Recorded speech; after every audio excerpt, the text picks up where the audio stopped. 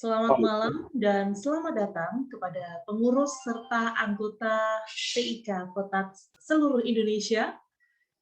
Senang sekali malam ini kita akan bersama-sama untuk mengikuti sebuah acara dalam rangka memperingati bulan Down Syndrome yang akan kita sambut di bulan Oktober nanti.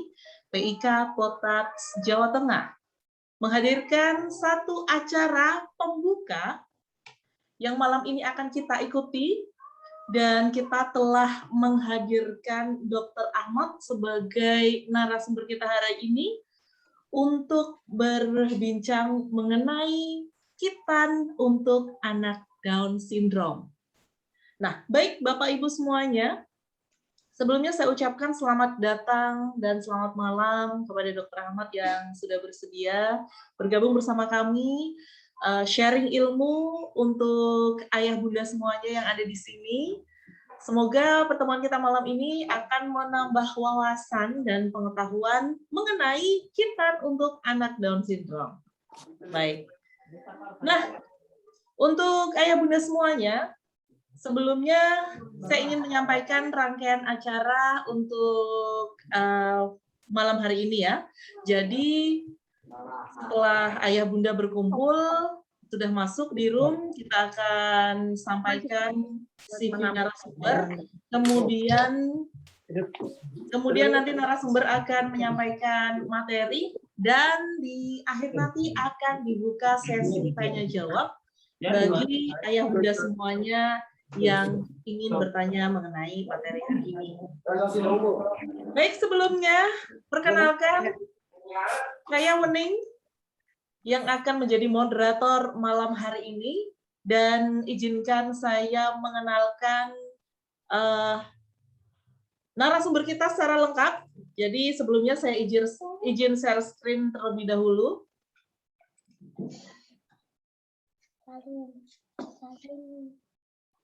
Baik.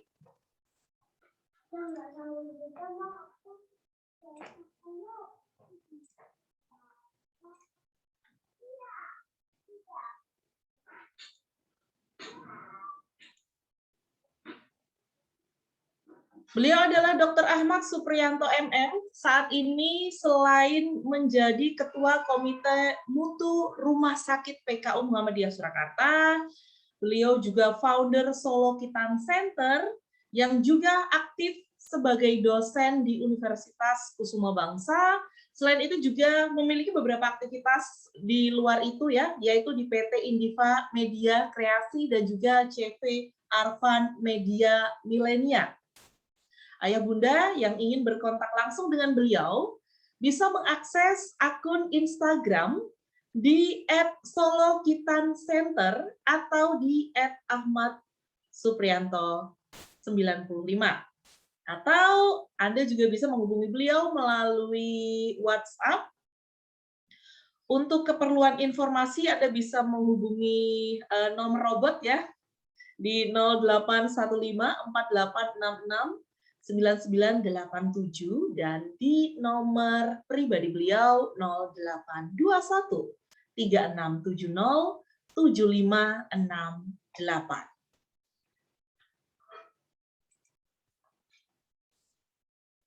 Baik. Untuk informasi selengkapnya mungkin nanti bisa langsung menghubungi panitia ya jika ingin mendapatkan CV beliau ya, ingin menyimpan nomor atau ingin saling memfollow di akun media sosial, Anda bisa menghubungi panitia nanti. Namun sebelumnya langsung saja akan saya persilahkan kepada Dr. Ahmad untuk memulai sesi materi pada malam hari ini. Silakan dokter. Baik. Bismillahirrahmanirrahim. Assalamualaikum warahmatullahi wabarakatuh. Waalaikumsalam. Tes suara dulu, Mbak Nurwening. Suara saya ya, terdengar jelas. Jelas, dokter. Baik, ya. Baik, terima kasih Bapak Ibu sekalian kepada Potat Jawa Tengah. Ya, beberapa waktu yang lalu saya diminta ada beberapa pengurus yang ketemu saya, yang intinya meminta kolaborasi ya terkait dengan khitan pada anak-anak Down syndrome begitu ya. Jadi luar biasa malam hari ini saya langsung iakan ya tanpa berpikir, saya insya Allah langsung iakan ya, karena Bapak Ibu sekalian yang ada di sini juga anak-anak panjenengan merupakan orang-orang yang luar biasa begitu ya, dan saya berharap saya ingin menjadi orang ketularan luar biasa begitu. Baik, mohon izin Bapak Ibu sekalian, saya akan share screen. Saya waktunya sampai berapa menit, Mbak? Mbak apa Bu ya, Mbak ya? Boleh, silahkan dokter, apa saja saya oke. Biasanya Waktu kalau dokter untuk menyampaikan materi hingga pukul 20 lebih 15 menit. baik. Nanti akan saya ingatkan jika sudah hampir habis. Terima kasih, Dok. Baik, ya. Biasanya kalau Mbak-mbak itu lebih suka dipanggil Mbak ya daripada Bu.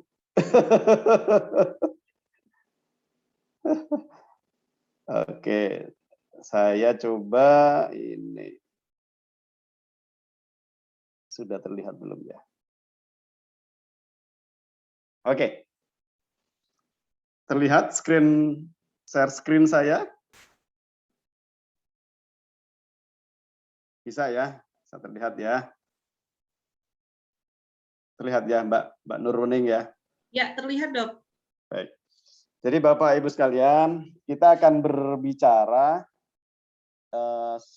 diskusi tentang khitan begitu ya. Jadi materi malam hari ini saya diminta untuk berdiskusi tentang khitan secara umum.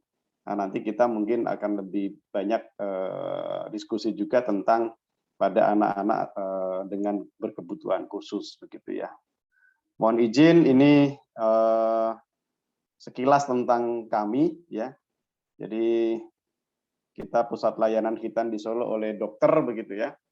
Jadi memang kompetensi khitan itu memang sebenarnya milik dokter begitu ya, bukan dukun sunat gitu sewu ya. Kalau di luar pulau mungkin masih ada ya dukun sunat ya. Kalau di Solo mestinya tidak lah ya. Apalagi Solo ini kan kotanya presiden ya, jadi akan sangat istimewa lah. Individu maupun sosial, bayi, anak, dewasa, metode terkini kami sudah ada sejak 2006 ya, jadi sejak gempa Jogja. Oke, nggak bisa. Nah, lokasi Bapak Ibu bisa search di Google Map ya, diisi aja Solo Khitan Center Dr. Ahmad, nanti bisa dicari. Jadi saya seputar mana nih? Palang Joglo lah, Unisri lah, daerah situ. Nah ini dokumentasi kami yang sempat terdokumentasi. Ini pojok kiri orang Gaza Palestina. Ya, beliau ini dokter ya. Beliau ini dokter sedang ambil spesialisasi anestesi jadi dapat beasiswa dari Bulan Sabit Merah Indonesia. Dibiayai oleh Bulan Sabit Merah Indonesia, sekolah di Indonesia sebagai dokter spesialisasi anestesi. Ini sudah pulang ke sana. Ini anaknya saya sunat ke saya. Kita masih kontak-kontak ya, kasus terakhir di Palestina sana. Nah ini mungkin ada yang kenal nggak ini? Ini kalau ke Bandara Jogja Lama, depan bandara itu ada Sabto Hudoyo Galeri, ini cucu-cucu beliau. Ya, Sabto Hudoyo Galeri, ini istrinya Sabto Hudoyo Galeri, Sabto Hudoyo. Ya. Kalau yang ini Mbak Nurruning, tahu nggak ini Mbak Nurruning? Siapa ini? Samping saya ini. Mas. Iya. Siapa ini? Aduh, siapa ya Dok ya? Saya kok kurang jelas ya Dok. Saya gedein ini. Kelihatan gede nggak? Oh, Ibu Iriana ya? Ah ya. Oh, oke, baik. Jadi ini Ibu Iriana pernah ke rumah saya. Ini keponakan beliau ya. Waktu itu banyak juga pas pampres ke rumah. Gitu ya. Ada lagi satu sebenarnya Jan Etes ya, anaknya Gibran tapi belum tak cantumin ya. Jadi saya user certificate dari Turki ya terkait dengan ALIS-Claim ya. Jadi saya dapat sertifikasi penggunaan metode ALIS-Claim dari Turki langsung. Nah, ini kontak kami, monggo silakan ada di Twitter ya. Twitter tapi saya tidak aktif banget ya. Nah, ini Instagram ya. Nah, satu lagi tadi hitan nomor robot ya. Jadi kalau Bapak Ibu WA ke nomor itu nanti dibalas otomatis, diikutin. Ikutin aja balasannya. Jadi supaya memudahkan ya. Zaman sekarang kadang saya tidak pegang handphone begitu ya. Banyak yang tanya. Zaman dulu waktu saya belum punya robot ini, saya baru nyunat, ada orang telepon, Bu, sebentar ya, 1 jam lagi. Jadi yang menelpon tidak segera dapat informasi, yang ditelepon sedikit terinterupsi gitu ya. Jadi monggo nanti kalau mau tanya-tanya seputar informasi tadi pakai nomor yang satu. Nah ini, jadi ini nomor robot dibalas otomatis ya. Kalau Anda tidak sesuai dengan balasannya maka akan yang keluar adalah balasan pertama terus. Nah, yang ini nomor Japri, monggolah. Meskipun private saya kasih deh. Baik, ini partner kami yang pernah bekerja sama, Rumah Zakat tentunya mungkin tidak asing bagi teman-teman Bapak Ibu sekalian. Nurul Hayat juga, Lazis Jateng, pengajian Ahad pagi Sumur Bor di dekat Colomadu, Baitul Mal Sakinah, Masjid Al-Fatah, dan Al-Azhar Peduli. Ini pernah kerjasama dengan kami.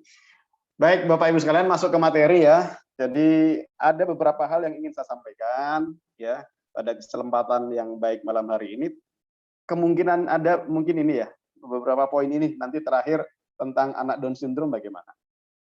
Yang pertama pengertian khitan. Kok scroll saya jadi macet-macet. Maaf. Itu saya. Maaf. Nah, Bapak Ibu sekalian, ini pengertian khitan. Khitan itu disebut nama medisnya sebenarnya sirkumsisi. Jadi memotong kulup secara melingkar. Ya mohon maaf ya, kulup itu kulit yang menutupi bukan penis sebenarnya, tapi bagian kepala, bagian depan dari penis itu sendiri. Mohon maaf ya, saya ngomongnya agak vulgar ya. Ini sudah jam 19 malam toh ya. Jadi anak-anak mungkin ya tahulah, tapi ya semoga tidak terlalu vulgar banget. Nah, ini merupakan suatu operasi. Jadi operasi ini tindakan medis ya. Jadi tindakan medis, makanya dilakukan oleh siapa? Mereka yang mempunyai kompetensi. Ya, mereka yang mempunyai kompetensi adalah dokter. Saya tidak tahu apakah perawat boleh melakukan atau enggak.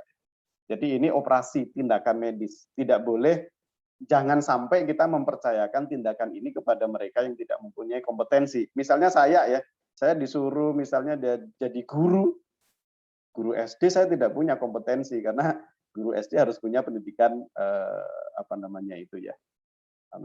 kalau guru SD itu ya PGSD begitu ya. Jadi kalau saya disuruh ngajar di SD, saya angkat tangan, itu bukan kompetensi saya. Kalau ngajar mahasiswa mungkin saya masih bisa begitu ya. Nah, mengapa orang disunat atau dikhitan? Jadi nama lain khitan itu sirkumsisi, orang Jawa bilang sunat, orang Sunda mungkin sunek begitu ya. Itu nama lain aja, tapi sebenarnya sama, adalah memotong kulup yang menutupi kepala penis. Jadi ini salah satu operasi terbanyak yang dilakukan di seluruh dunia. Alasannya apa? Atau alasan masyarakat melakukan sunat adalah perintah agama. Yang kedua, budaya, ya, juga kesehatan. Nah, ini perintah agama yang saya tahu, agama Samawi, ya, agama Samawi, ya, Islam, Nasrani, Yahudi, yang saya tahu ada perintah Tuhan untuk sunat, untuk khitan. Ya, meskipun nanti nggak tahu kalau yang Nasrani kemudian ada perjanjian baru, kayaknya tidak wajib, ya. Tapi yang perjanjian lama kayaknya iya. Jadi secara umum agama Samawi itu memerintahkan orang laki-laki untuk berkhitan. Nah, kemudian secara medis indikasi, ada indikasi dan kontraindikasi. Indikasi itu apa? Sesuatu yang harus khitan, gitu ya.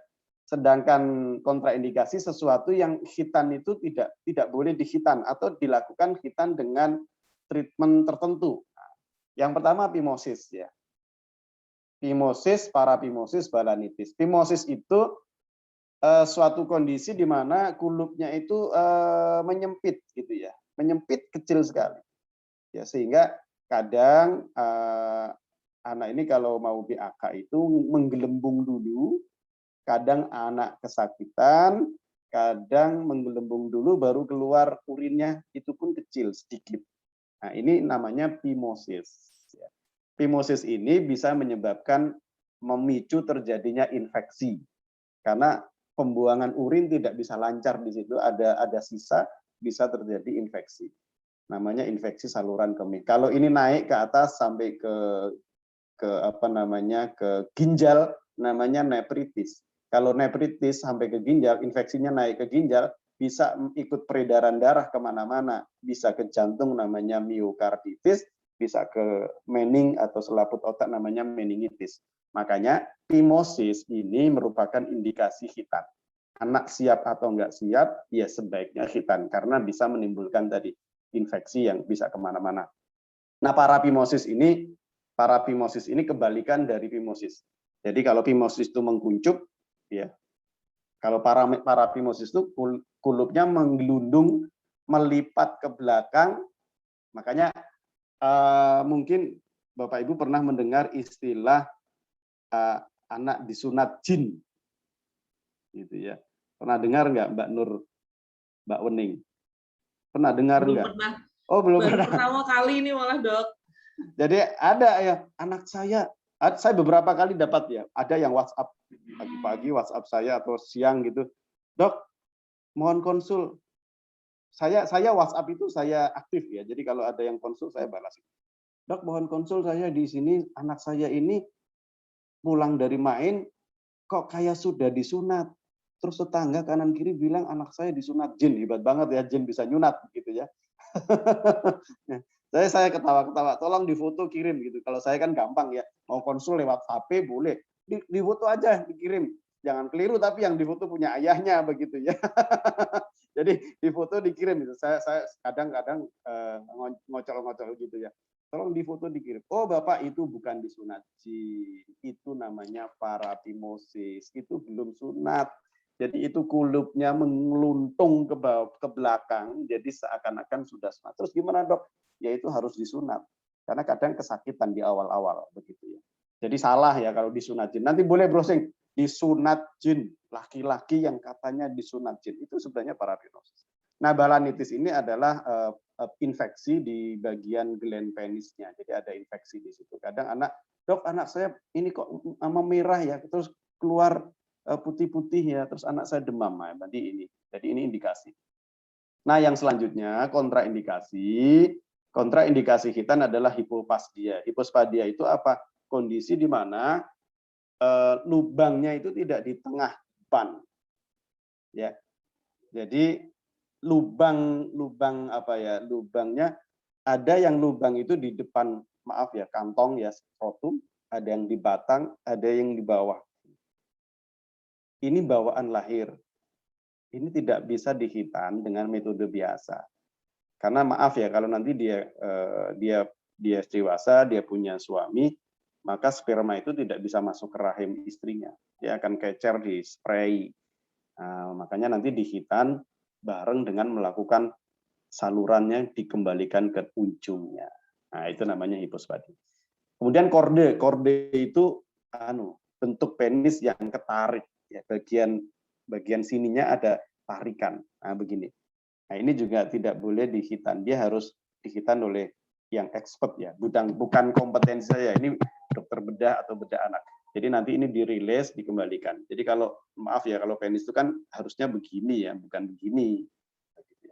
Yang terakhir hemofili adalah kelainan bekuan darah. Orang normal itu kalau kena darahnya keluar, ada luka, normalnya itu berapa menit, 5 menitan atau berapa saya lupa ya. Itu pasti darahnya beku. Nah, ini ada sebagian orang yang mempunyai hemofili, dia terjadi kelainan faktor pembekuan darah. Jadi kalau ada darah, ada luka, darahnya nggak mau beku, darahnya ngalir terus. Nah, ini perlu sebenarnya ini kontraindikasi relatif ya, bukan yang tidak boleh sama sekali, tapi ini perlu dihitan dengan metode khusus. Oke, ini manfaat ya sirkumsisi atau khitan menurut mencegah infeksi, menjaga kebersihan, mencegah kanker penis, solusi penyakit. Nah, tadi solusi penyakit ya untuk balanitis ini merupakan solusi penyakit supaya tidak terjadi balanitis. Nah, ini saya lanjut ke sini langsung dulu ya. Sekarang masalah hoax. Banyak sekali kita mendengar hoax ya di dalam hitan. Termasuk maaf ya, dalam banyak hal ya. Masalah pandemi Covid aja itu yang kita baca di handphone ini, di WhatsApp, di grup itu hoax gitu ya. Dulu ada yang beredar ngomong jangan mau pakai masker. Kalau kamu mau pakai masker kamu menghirup ababmu sendiri. Maaf ya, CO2 kamu keluarkan. Saya ngomongnya kasar ya, abab ya. Iya ya. Ya CO2 yang kita keluarkan. Salah ya, itu hoax. Ya masker kita kan bukan pakai plastik ya. Kalau masker kita pakai plastik, iya yang kita keluarkan kita hirup lagi. Satu. Yang kedua, jangan mau divaksin. Vaksin itu memasukkan microchip supaya kamu bisa dilacak kemana-mana. Emang siapa lo mau dilacak sama orang? Wong kita bawa HP aja ke kawan ya istrinya kemana, dilacak lo ya. Jadi itu semacam itu yang kadang kita susah juga ya. Nah makanya saya sebagai dokter sampaikan hoax atau apa ya namanya seputar hitan, satu hitan laser. Masih sering dengar banget ya. Masih banyak orang telepon saya, dok hitan laser yang seperti apa? Dokter melayani. Saya jelaskan kalau itu bukan laser. Kalau orangnya mau baca, percaya sama saya. Tapi kalau orangnya males baca, hoax-nya yang di kanan kirinya begitu kuat, nggak percaya sama omongan saya begitu ya. Nah itu ini kalau yang disebut era post truth mungkin ya. Jadi informasi yang banyak ya, sehingga kebenaran kadang kalah dengan opini seseorang. Nah, nanti bahas post-truth jadi panjang. Nah, hitan laser ini bukan laser sebenarnya, yang benar adalah electric counter. Ini gambarnya, mohon maaf ya, agak ngeri ya. Enggak lah ya, enggak ngeri. Jadi ini, jadi sebenarnya ini kawat panas membara untuk memotong kuluk. Nah, habis itu nanti dijahit, diperban. Bukan laser yang kayak gini, gitu ya. Jadi sebenarnya ini bukan laser, tapi electric counter, kawat panas. Kayak saya dulu waktu SMA, Mbak Nurning waktu SMA, waktu SMP motongin styrofoam bikin apa itu pekerjaan tangan begitu ya. Itu bukan laser. Kalau laser beneran harganya miliar, listrik rumah saya nggak cukup. Ya, 2.200 nggak cukup kalau laser beneran. Dan harganya pasti setengah miliaran begitu alatnya. Ini alatnya bukan laser. Jadi itu bukan hitan laser tapi electric counter. Yang kedua, habis kita tidak boleh makan itu, salah. Ya. Jadi beredar di masyarakat habis kita tidak boleh makan ayam-ayaman, ikan-ikanan. Saya juga nggak mau ayam-ayaman ya. Ayam beneran saya mau, ikan-ikanan juga saya nggak mau, ikan beneran saya mau. Ini salah ya. Yang benar apa? Orang hitan, anak hitan itu operasi itu luka. Luka itu penyembuhan butuh protein yang cukup. Protein ada di mana? Ayam, ikan, telur, apalagi dan sebagainya. Jadi anak habis hitan harus kasih makan yang enak. Ya. Di protein yang cukup itu tadi ayam, telur, ikan. Ya. Gitu. Jadi salah kalau anak habis hitan tidak boleh makan macam-macam. Anak habis hitan harus makan enak, cukup protein. Kalau perlu dokternya diajak. Kalau dokter diajak yang bayarin siapa Mbak Nurwening? Dokternya. Enggak, yang ngajak dong dok. Yang ngajak ya, yang ngajak ya. Kalau Mbak Nur besok makan-makan yuk. Ini masih pandemi ya. Boleh besok kalau udah agak pandemi ya diajak makan-makan sama Bu Dita ya. Ayo makan-makan, ayo gitu ya. Begitu udah selesai, yang bayarin Mbak Nur ya. Loh, itu namanya ngeprank gitu ya. Ayo dok makan-makan ya. Habis selesai dok bayarin. Nah itu ngeprank namanya. Jadi ini salah ya. Jadi pantang makan itu hoax ya. Jadi harus cukup protein. Kecuali kalau anak punya riwayat alergi makanan. Jadi ada kan sebagian orang yang alergi makan telur, makan ikan, begitu ya. Mau hitan mau nggak hitan, nggak boleh makan itu, gitu ya. Bukan masalah hitan, masalah alergi. Oke, ya. Jadi hoax yang kedua pantang makan. Yang ketiga, ya, pagi hitam sore sembuh. Kita sering dengar, weh, om, tante, itu loh tetanggaku pagi sunat, sorenya sudah minta ke mall. Ya, duding hadiah dewe, milih sendiri, dibeliin enggak mau, pokoknya milih hadiah sendiri. Anaknya maunya ke mall gitu. Zaman dulu belum ada pandemi, sekarang anak ke mall harus nunjukin sertifikat peduli lindungi udah vaksin atau belum kan gitu ya. Gitu ya. Nah, terus tetangga ngelihat anak pagi, itu pagi sunat, sorenya sudah pulang dari mall beli mobil remote dan sebagainya. Itu fakta, ya, fakta. Anak pagi kita sore ke mall.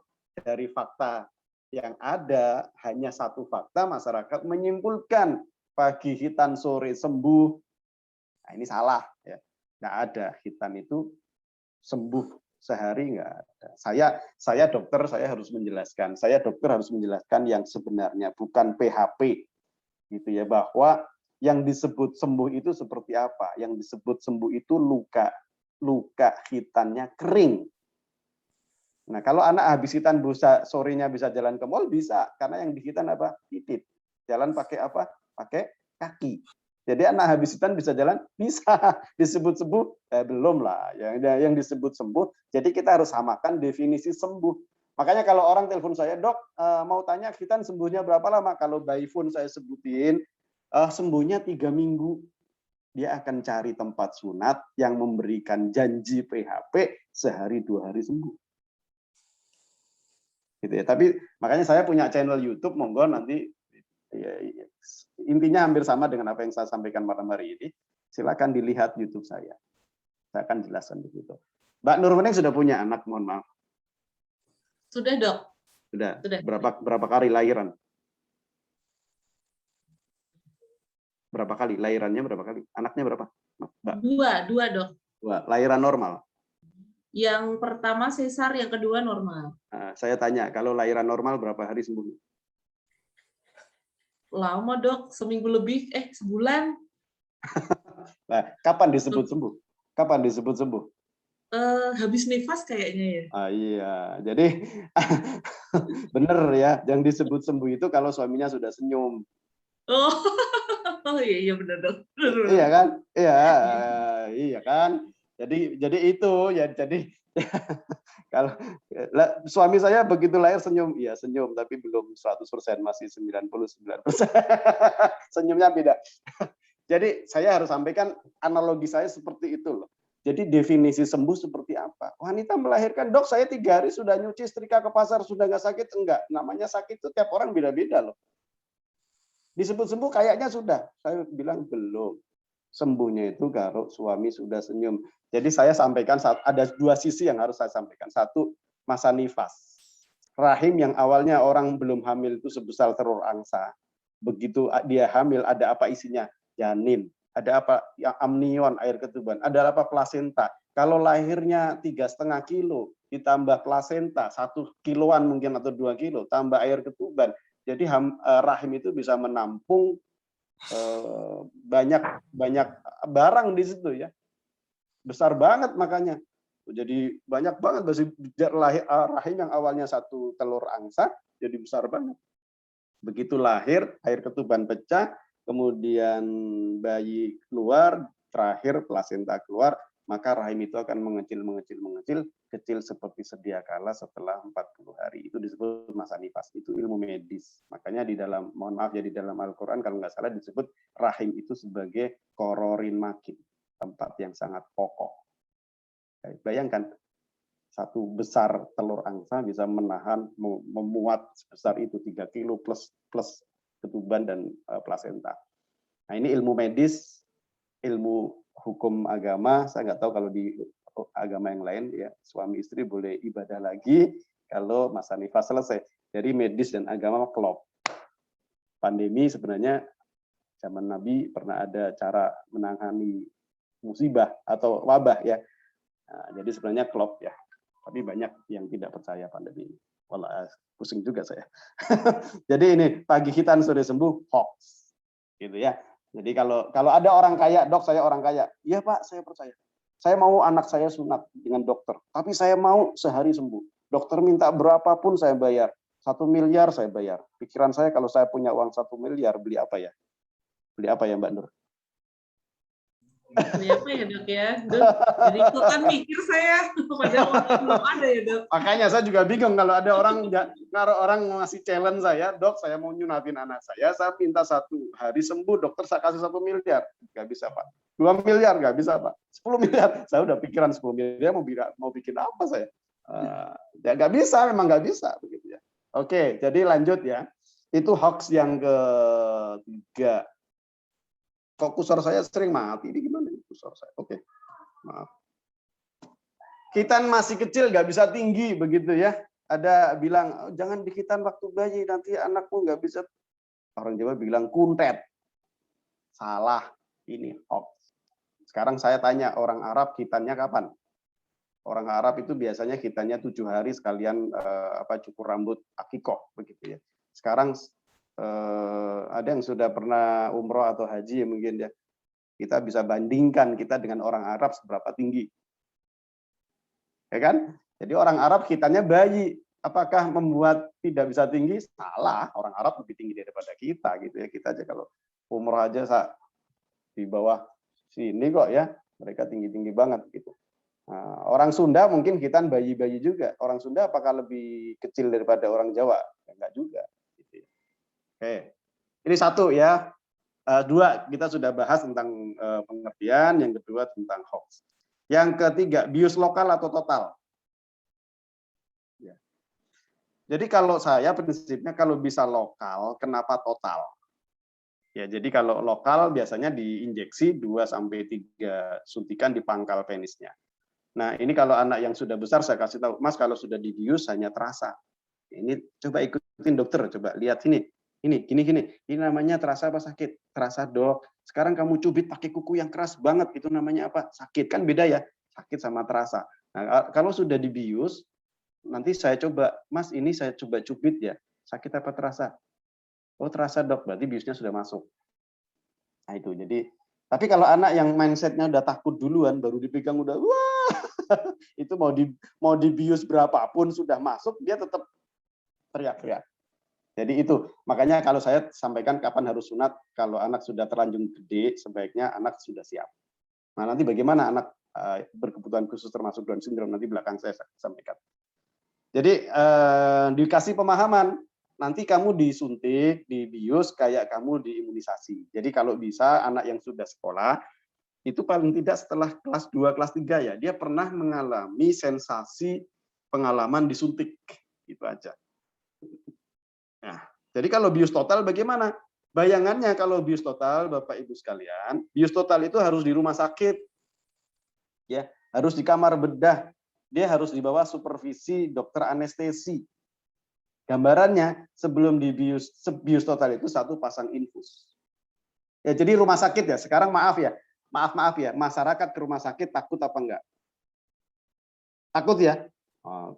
Saya juga ditakuti oleh masyarakat. Ini nakes ini. Wah, itu ya. Takut mereka, ya. Jadi itu. Terus pasang infus, nangis nggak kalau anak masih takut? Nangis. Ambil darah, sampel darah, nangis. Puasa 6 jam rewel. Pulang totalan billing yang nangis siapa? Ibunya atau bapaknya. Lipat 5, lipat 7, lipat 10. Nah, kalau saya kalau bisa bius lokal, kenapa total? Jadi gitu ya. Jadi bius total atau total. Nah, ini nyeri pasca kita. Namanya operasi, meskipun ini operasi kecil, pasti ada nyeri pasca operasi. Kita kena pisau aja pasti ada nyeri lah. Nah, levelnya nyeri itu akan dirasakan. Nyeri ini sesuatu yang subjektif, ya, subjektif. Artinya mungkin saya dengan Mbak Wening atau dengan mamanya Hanan, ya, atau dengan siapa ini, Bu Dewi misalnya ya, sama-sama ditusuk jarum, besarnya sama, nusuknya sama, mungkin rasanya berbeda. Itu namanya subjektif.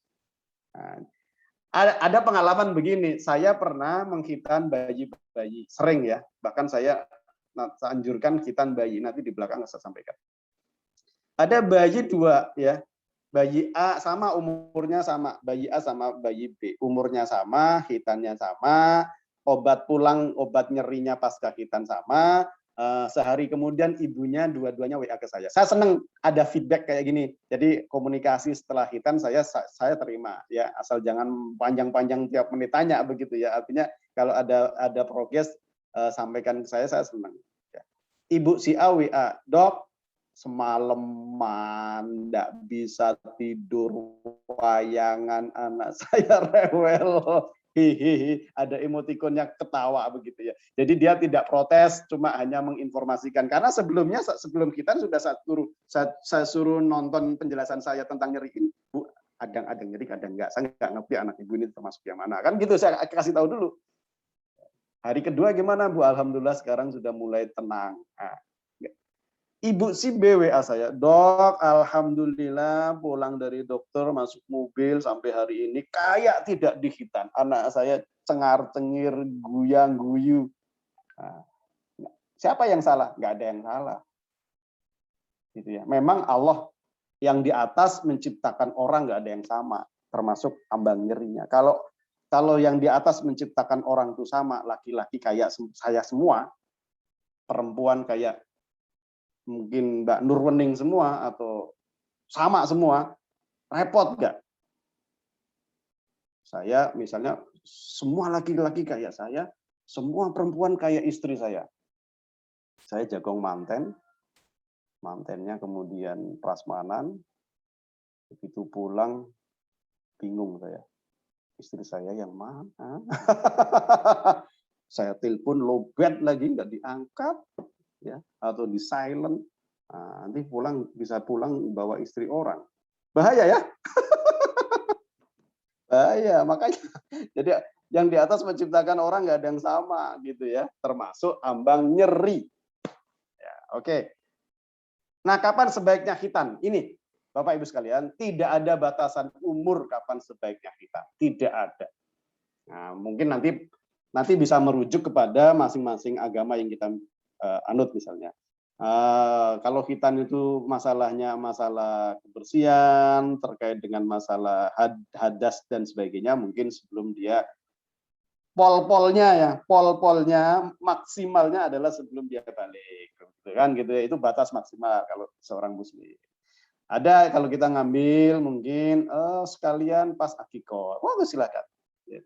Jadi tidak ada batasan umur. Ada kalau dia misalnya mu'alaf, baru mu'alaf, ya ternyata wajib sunat bagi laki-laki, ya sudah dewasa kita. Gitu ya. Pernah nggak saya? Pernah, ya 40 tahun. Bahkan ada cerita begini, ada anak orang dewasa yang kebetulan Nasrani, khitan diantar pacarnya. Begitu lama ketemu, Mas gimana kabarnya? Masih jadian sama itu, udah putus Dok. Dibela-belain nganter sunat nggak jadian malah putus. Oh ya sudah, cari yang lain Mas, belum jodoh berarti ya. Nah, ada pendapat khitan saat bayi karena ada beberapa benefit, nanti saya kasih tahu ya.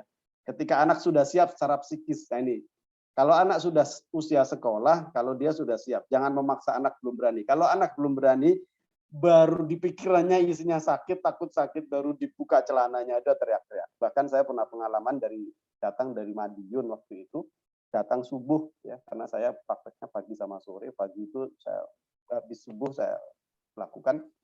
Dia antrian pertama.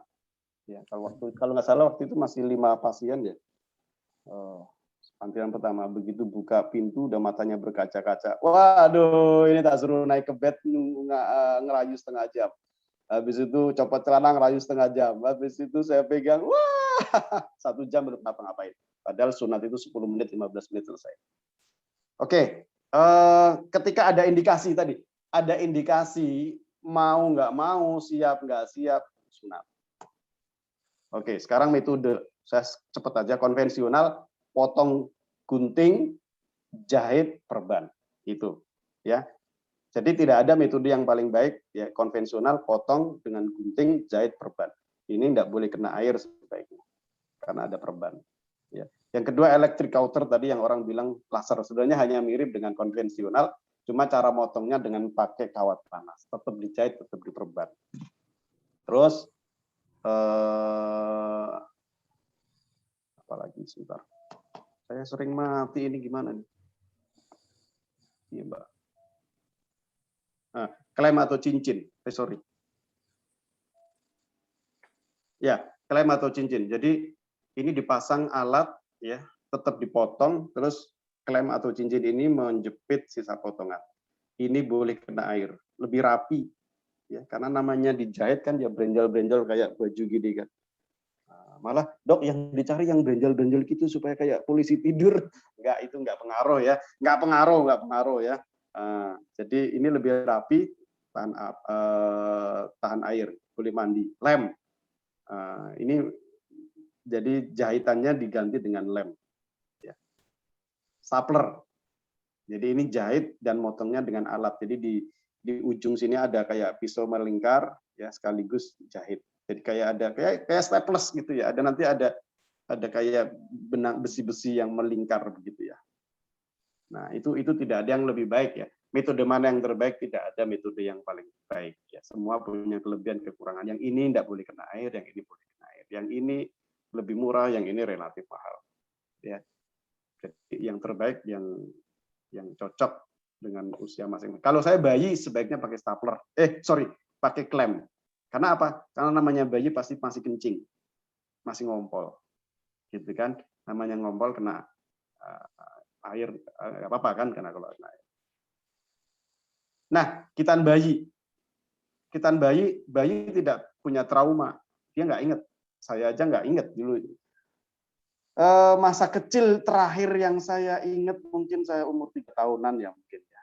Nah, kalau bayi kan nggak inget saya dulu digendong siapa saja, yang lahirin saya siapa masih inget ya nggak inget aja masa saya dilahirkan oleh siapa waktu itu saya melihat wah ya, nggak bisa lah ya. Nah, jadi tidak ada trauma ya. Belum banyak gerak begitu ya. Nah, sebaiknya sebelum tengkurap ya jadi nyaman ibunya ya. Jadi kalau ibu-ibu yang lahiran bayi, saya sekalian aja. Kan ibu kadang yang ibu bekerja itu kan dapat cuti melahirkan ya. Udah sekalian aja bayinya selesai urusan.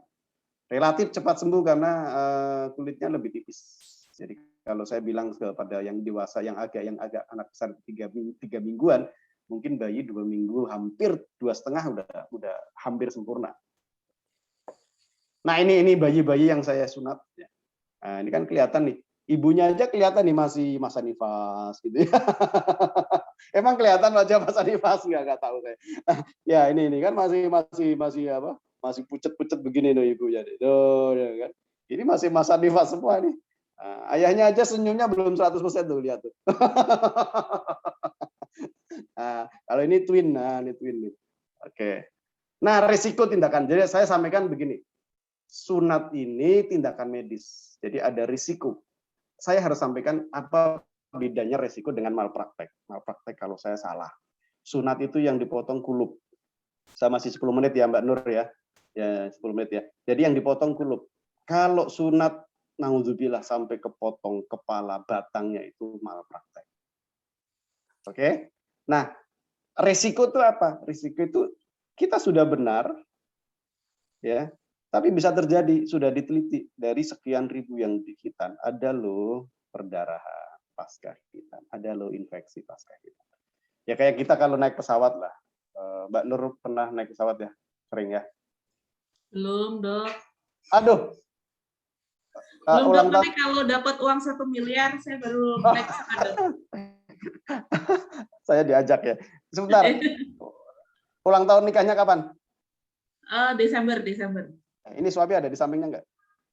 Ada di rumah, tapi nggak di samping. Oh, nggak di rumah. Bilangin ya, ulang tahun nikah, hadiahnya naik pesawat. Oh iya. Oke, saya dulu deh, Bu Lulu bisa buka mikrofon biar nggak. Iya, gimana Dok? Sering naik pesawat? Sudah pernah naik pesawat? Enggak pernah juga. Aduh, gimana toh? Siapa yang sudah pernah naik pesawat ini? Bu Dewi pernah naik pesawat? Pernah, Dok. Oke. Kalau naik pesawat sebelum pesawat take off itu diajarin apa sama pramugari lebay? Pramugari lebay itu pakai sabuk. Ya, terus apa lagi? Buka jendela. Ya, ya, Maksudnya oke. Ya, gordennya buka Dok, nggak boleh ditutup. bukan jendelanya ya, nanti Iya. katut keluar. Terus apalagi Ya, suruh duduknya harus tegak, meja nggak eh, boleh dikedepanin. diajari pakai masker, ya Saya kan? sebelum pandemi Dok naik pesawat. Ya, masker kalau tekanan kabin turun kan diajari. Oh enggak sih Dok, karena perjalanannya juga Enggak, dekat. ada Berapa diajari kali itu. Dok saya Dok? Udah lama sih Dok. Terus diajari pakai pelampung. Ya, Nah, terus diajari pintu darurat, 2 pintu di depan, 2 pintu di belakangan gitu kan. ya dikasih tahu Nah, ya. jadi begini Bapak Ibu sekalian, orang kalau naik pesawat ada risiko. Betul kan? Ada risiko. Cuma tidak setiap kali naik pesawat ketemu risiko. Ya. Jadi pesawat tiap hari naik terbang, tapi paling 1 tahun sekali ya, semoga bukan kita, bukan saudara kita, pesawat itu jatuh ya. Ada kakak ipar saya waktu itu termasuk yang JT berapa itu 610 yang di mana Kepri kemarin, Pangkal Pinang ya. Jadi kakak saya kerja di DJP ya, di pajak sana, itu termasuk itu. Jadi itu namanya risiko. Saya naik mobil tiap hari, atau Bapak Ibu naik mobil, naik kendaraan, tiap hari naik kendaraan. Tapi kan pernah sekali-kali diseruduk becak gitu ya. Mobil saya lecet di belakang karena kembali tabrak mbak-mbaknya. Ternyata mbak-mbaknya yang nabrak karena di belakangnya tabrak lagi. Gitu ya.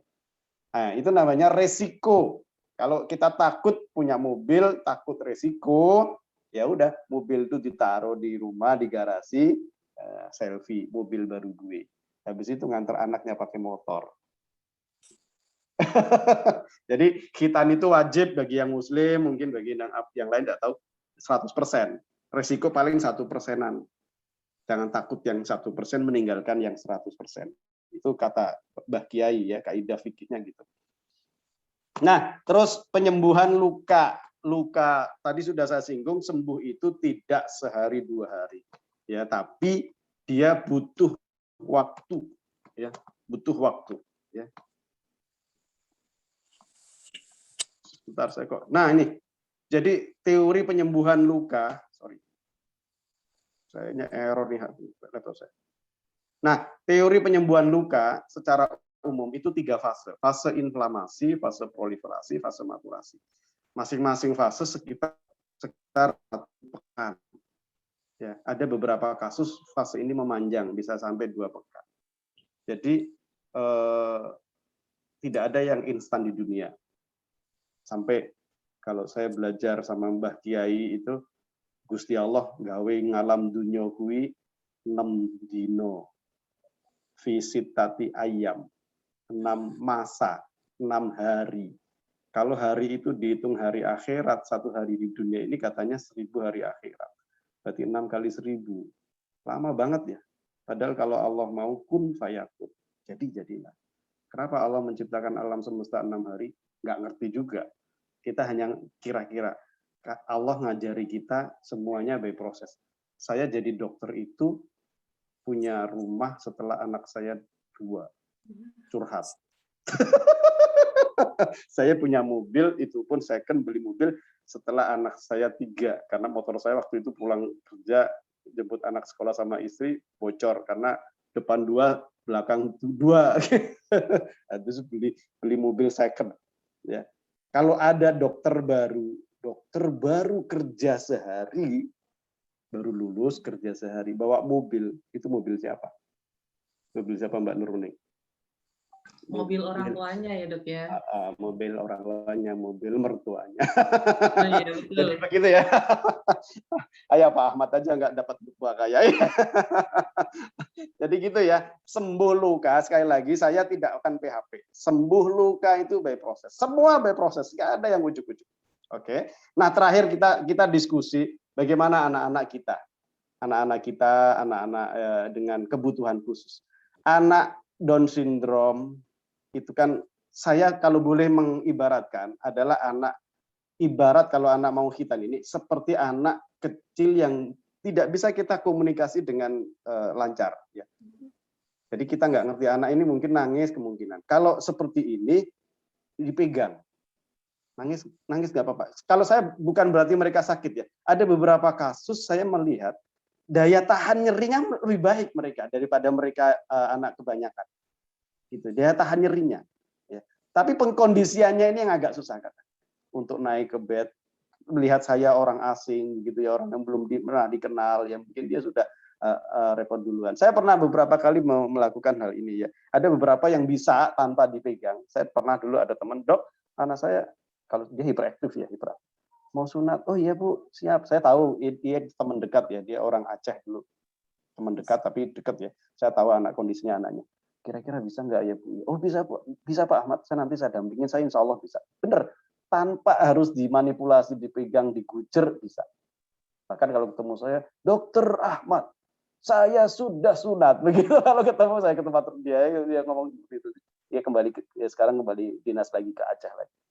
Nah kalau saran saya dengan anak ABK apapun itu bentuknya apa jenisnya, sebaiknya saat anak itu masih kecil, jadi saat ketahuan ABK, kadang kan masalahnya ini kan ketahuannya agak belakangan ya, itu disegerakan. Karena apa ya? Karena ada kemungkinan nanti anak ini kan tidak kooperatif, harus dipegang. Sekarang kalau anak sudah kadung SMP, biasanya kan anak-anak kayak gini juga awalnya gede-gede, biasanya gitu ya. Bener nggak? Saya nggak tahu ya. Itu yang megang siapa? Gitu ya. Kalau anak sudah kadung besar. Gitu ya. Harus bius total misalnya, harus bius total. Bius total itu ya pengkondisian awalnya orang bius total itu kan pas sunat tidak nangis. Karena dia tidak sadar. Pas sebelum sunatnya itu yang jadi dikondisikan. Nah, jadi gitu. Jadi anak untuk Ananda memang sebaiknya di awal segerakan. Ada kemungkinan bisa kooperatif, tidak perlu dipegang, tapi ada kemungkinan perlu dipegang. Nah, makanya supaya ini menjadi perhatian ya panjenengan semuanya. Mungkin itu saja Mbak Nuruning, waktu saya pas ya, hampir pas ya 20.08 ya. Monggo nanti kita gali, kita banyak diskusi. Silakan. Mohon maaf, saya tutup sementara. Assalamualaikum warahmatullahi wabarakatuh. Waalaikumsalam warahmatullahi wabarakatuh. Terima kasih dok. Sebenarnya sampai jam 20.15 dok, tapi nggak apa-apa lah. Ya nggak apa-apa. Nanti biar lebih banyak diskusinya. Iya baik. Jadi untuk ayah bunda semuanya, sekarang kita akan masuk sesi tanya jawab. Silakan bagi ayah bunda yang ingin bertanya kepada Dr. Ahmad. Kalau ingin bertanya secara langsung, silakan angkat raise hand ya, atau angkat tangannya, tangan virtual gitu ya. Atau kalau mau, oke, baik, angkat tangan. Di chat ada juga di chat yang ini. tidak virtual boleh open video gitu. Oke. Di chat sudah ada beberapa, tapi saya ingin memberikan kesempatan terlebih dahulu untuk yang raise hand dok. Ya siap. Monggo silakan. Tadi yang pertama ada Ibu Dewi ya. Baik. Silakan.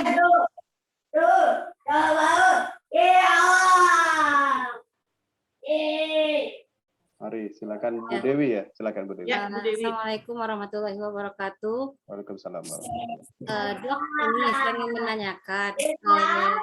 Kalau dulu waktu saya kecil itu, kalau saya kan orang Sunda ya dok ya. Ibu Dewi tinggal di mana Bu? Saya tinggal di Solo, di tapi Solo. saya aslinya dari Bandung. Nah, yang ingin saya tanyakan itu ada juga sunat untuk perempuan dok. Ya. Biasanya sunatnya itu kalau zaman dulu kan kalau orang Sunda bilangnya paraji ya, dukun beranak gitu ya. Nah, tapi kalau sekarang kan biasanya ke bidan kayak gitu. Nah, kalau menurut pandangan dari dokter sebagai orang yang memang kompeten di bidangnya, bagaimana sunat terhadap perempuan itu? Apakah memang ada atau itu hanya tradisi dari orang-orang zaman dahulu gitu, Dok? Terima kasih, Dok. Ya. Langsung Mbak Nur, apa gimana nih? Silakan dokter, langsung dijawab. Baik, jadi sunat perempuan ya, judulnya sunat perempuan. Jadi sunat perempuan dalam medis itu tidak dikenal lazim begitu ya. Bahkan kalau di WHO bilang itu female mutilation, itu dilarang oleh WHO. Cuma yang jadi masalah sunat perempuan itu yang seperti apa, begitu ya. Kalau Muslim yang beberapa literatur yang saya baca, bahkan kalau dalam ajaran Islam itu dianjurkan. Tidak wajib tapi dianjurkan. Cuma sunatnya seperti apa. Jadi mohon maaf sekali saya harus sampaikan bahwa penis laki-laki itu kan homolog, laki-laki sama perempuan kan homolog ya, mirip begitu ya. Organnya hampir-hampir mirip ya. Penis pada laki-laki itu mirip dengan klitoris pada perempuan begitu ya. Jadi yang tidak dibolehkan oleh WHO itu female mutilation, memotong klitorisnya begitu ya. Tapi kalau di dalam Muslim adalah membuka penutupnya. Jadi mirip apa yang dilakukan dalam khitan laki-laki gitu ya. Jadi bukan memotong klitorisnya, tapi membuka selaput atau sarung atau apa ya namanya, yang kulit yang menyelubungi itu. Gitu. Jadi memang di dalam medis memang tidak lazim Bu Dewi ya. Tapi kalau di dalam kaidah syariat agama kayaknya memang dianjurkan, tapi jenis atau metode yang dipotong itu yang seperti apa? Bukan memotong batang klitorisnya, tapi membuka selubungnya begitu, sedikit begitu. Memang kalau saya mohon maaf ya, saya tidak berpraktek ini. Kadang banyak yang tanya kepada saya akan kasih ke teman-teman bidan begitu. Dan biasanya kalau di rumah sakit tempat saya bekerja ini menjadi paket bagi kontrol pertama anak perempuan gitu ya. Jadi saat imunisasi pertama maka dilakukan khitan perempuan begitu. Dan hanya dibersihkan aja, bukan dipotong. Gitu Bu Dewi. Baik, Bu Dewi ada tanggapan lagi? Sudah sepertinya Mbak Nur. Ya. Oke, baik. Paham ya. Dan tradisi Jawa ini juga masih ada loh. Jadi tradisi Jawa, saya pernah menghitan, tambahan ya, menghitan anaknya Kanjeng Sinuwun Parentah, pengageng Parentah, siapa itu namanya, Gusti Dipo. Ada yang tahu mungkin ya, Gusti Dipo itu anaknya yang nyunat saya. Kemudian adiknya yang perempuan sekalian, namanya Tetesan. Kalau orang Jawa namanya Tetesan. Jadi mungkin keraton Jawa itu kan dulu Sultan Agung ya. Itu kan syariat juga pernah ada di lingkungan keraton. Gitu. Mbak Nur, silakan. Baik, terima kasih. Berikutnya, yang tadi raise hand, Bapak Rangga, jadi atau tidak? Halo, jadi ya. Bu. Oke. Baik, silakan Bapak. Halo, iya selamat malam. Sebenarnya menindaklanjuti chat tadi. Jadi anak-anak saya kan DS umur 6 tahun dan memang hiperaktif banget. Dan kalau bayangin sunat konvensional yang dipegang, kayaknya kayak butuh direjang gitu ya, kayak butuh ditahan tangan kanan kiri, badannya ditahan. Itu apakah metode kayak gitu rekomen atau memang harus bius total ya dokter operasi ke rumah sakit? Ya. Jadi oke, Pak Rangga ya. Jadi ini tadi sudah ada di chat ya saya. Anak umur 6 tahun kondisi beraktif. Ya, oke. Jadi begini. Memang anak seperti ini memang waktu khitan memang pilihannya ada dua. Satu bius total, yang kedua dipegang. Ya, nanti dipegang 2 orang tangan sama kaki. Ya, saya memang kadang saya akan anjurkan yang megang tuh orang yang dikenal sama dia.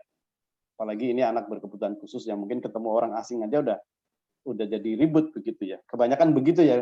Kalau nggak salah demikian ya. Jadi orang yang dikenal siapa mungkin ayah ibunya pegang tangan sama kakinya, nanti kita kerjakan. Nah, karena ini anak kemungkinan besar pasti tidak kooperatif, maka rekomendasi saya adalah sunat yang prosesnya cepat. Proses khitannya cepat. Oke ya. Nah, kalau metode konvensional dijahit satu-satu itu lama. Pengalaman saya menghitan anak dengan metode ini setengah jam. Itu pun kalau saya ada asisten. Nah, kalau klem ini relatif lebih cepat. Klek 10 menit selesai. Ya, kurang lebih 10 menit selesai. Jadi anak bayi, anak yang tidak kooperatif, proses khitannya sebaiknya yang cepat selesai. Karena dia kasihan, anak setengah jam dipegang, yang capek bukan hanya yang dipegang ya, yang megang juga capek begitu ya. Begitu. Jadi satu proses khitannya pakai proses khitan yang metodenya cepat. Ya, salah satunya yang klem. Nah, kemudian apakah nanti habis khitan alatnya itu ditarik apa enggak? Begini. memang perlu pendampingan di saat awal-awal pasca hitan sekitar 1-2 jam. Kenapa? Karena itu bius masih berjalan, masih bekerja. Meskipun bius bekerja tidak dapat gaji begitu ya. Bekerja. Maksudnya biusnya masih berefek begitu ya. Jadi anak lihat ada alat, karena kalau pakai klem itu kan dipasang alat ya, alat itu di penis ya. Iya, ada alat asing ini ditarik. Nggak sakit kan? Kalau biusnya masih bekerja tadi berefek. Nah, makanya ini 1-2 jam pasca hitan ini diawasi. Kalau perlu pakai celana biar tangannya nggak kemana-mana. Jadi celana. Kalau anak masih pakai diapers, pakai diapers. Misalnya anak pakai diaper, kasih yang satu size lebih besar. Biasanya pakai L, kasih XL. Gitu. Jadi supaya ini terlindungi, tangannya nggak ke situ. Nah, nanti setelah biusnya habis, itu kan ada nyeri.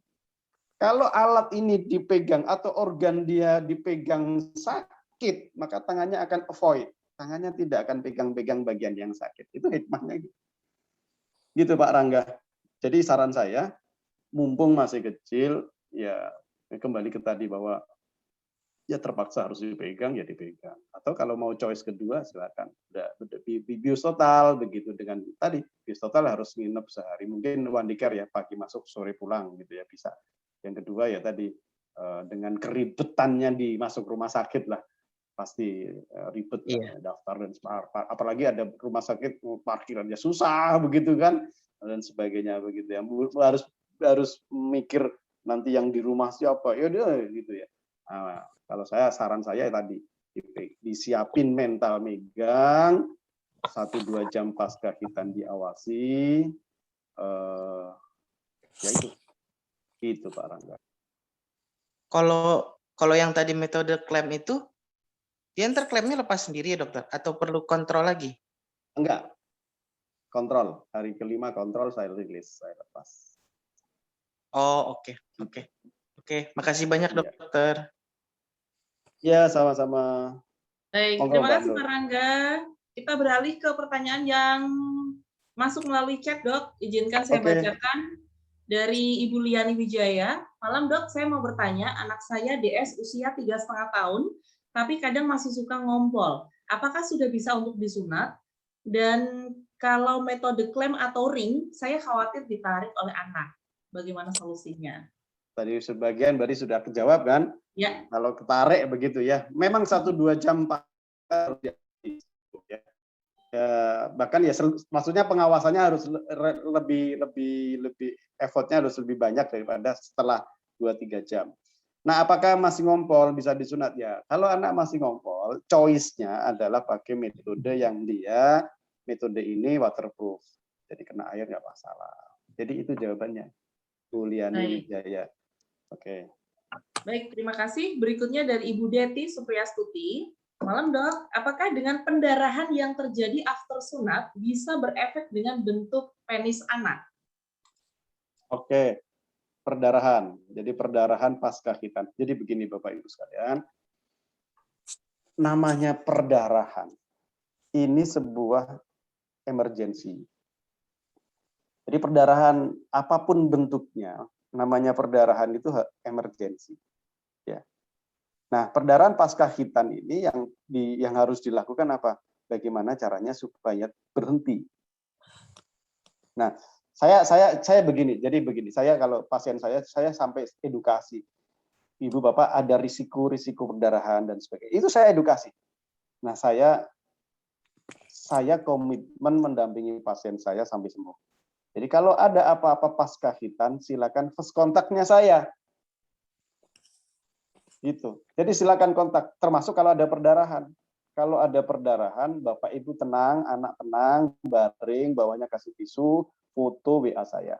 Saya kasih informasi semacam itu. Bahkan setelah masa pelepasan alat ring itu masih bisa berdarah karena itu namanya perdarahan sekunder karena memang belum sembuh. Penjelasannya kayak begini, kayak kita kalau kena pisau ya, Mbak Nurul ya pernah kena pisau ya? Ya. Jangan-jangan nggak pernah masak ini GoFood terus. Delivery ya, Dok.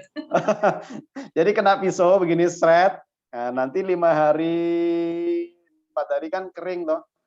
Habis itu ada bekas namanya keropeng atau koreng itu. Ya kadang kita kan kadang risih, kita tetelin, kita tarik gitu.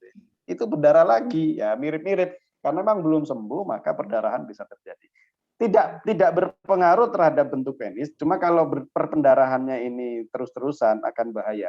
Jadi bagaimana caranya supaya tidak terus-terusan. Saya biasanya kalau pasca pelepasan itu, oke, Ibu, Bapak Ibu tenang, anak baring, kasih tisu bawahnya, foto WA saya. Itu di foto, saya lihat, oh, oke Bu, itu perdarahannya kayaknya hanya rembes. Ya, tolong nanti 1 jam update lagi. Insya Allah mampet. Ya, karena tadi orang itu punya faktor pembekuan darah ya, Mbak Nurning ya, jangan lupa ya tadi ya. Beda kalau orang hemofili, makanya kalau punya hemofili harus sampaikan ke saya, ke dokternya.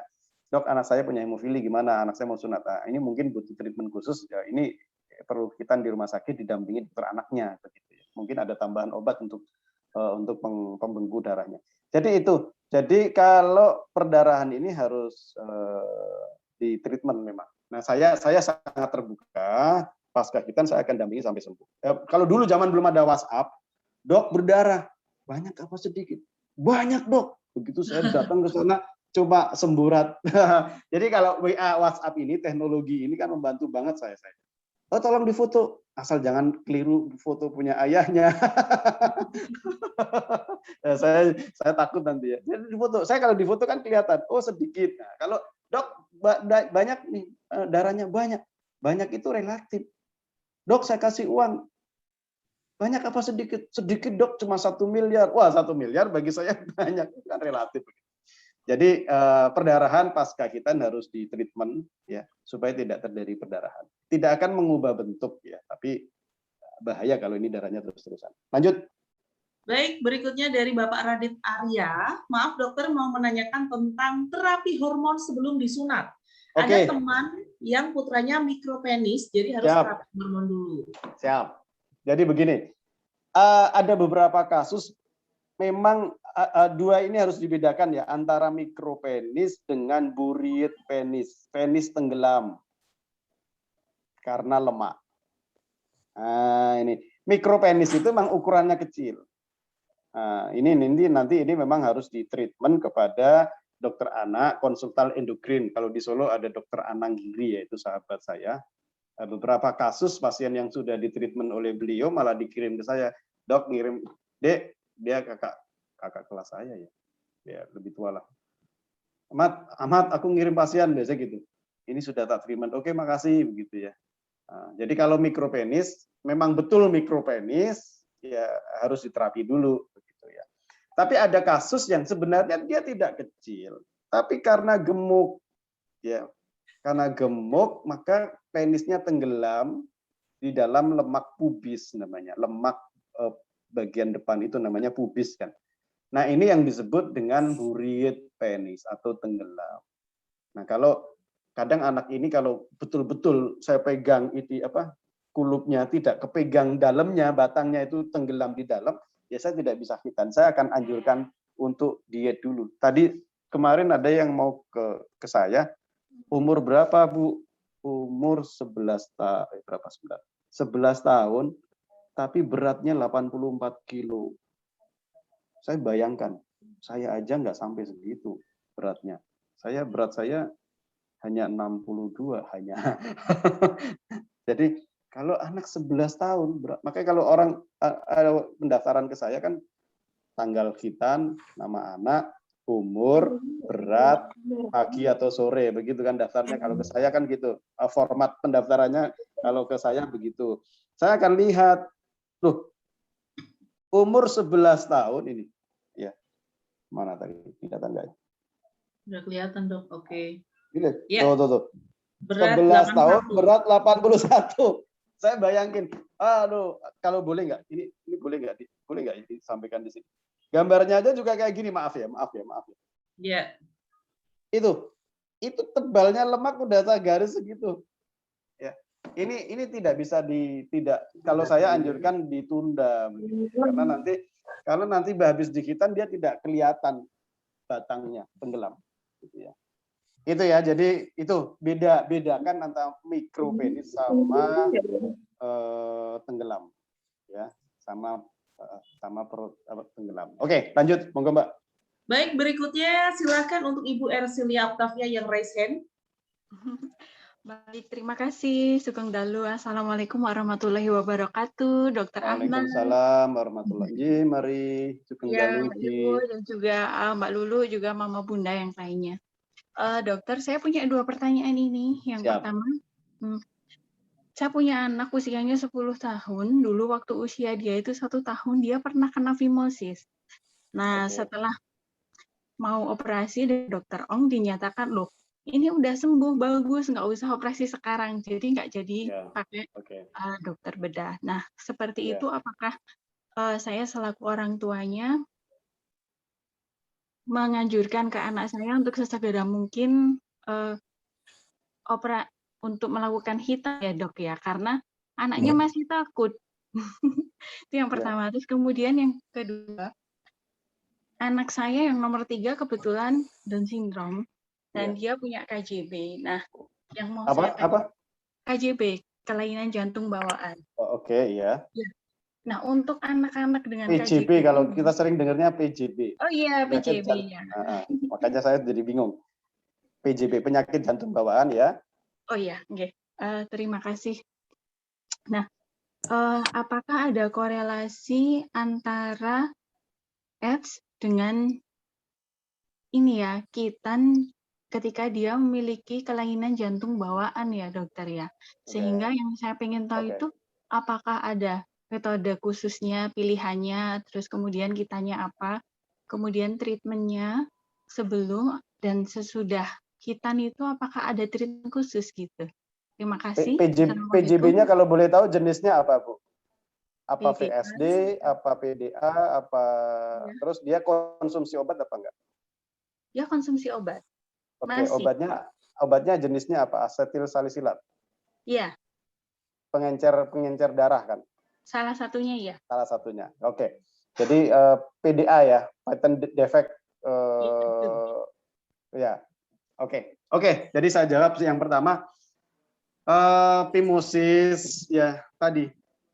Phimosis ini anak yang pertama tadi phimosis. Kalau phimosis memang betul phimosis itu kondisi yang bisa mempermudah terjadinya infeksi saluran kemih. Begitu. Tadi sudah saya singgung di depan.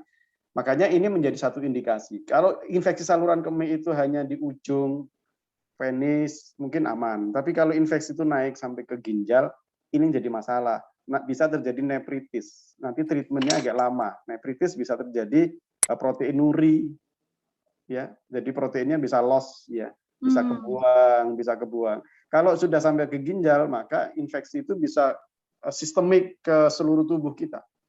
Bisa ke jantung, miokarditis, ya. Bisa menyerang ke selaput otak, namanya meningitis. Makanya namanya kita itu kan treatment itu kan mencegah sebelum terjadi. Kalau memang sudah phimosis, ya sebaiknya tanpa harus menunggu nefritis, apalagi miokarditis bahkan meningitis harus dihitan kan begitu Bu.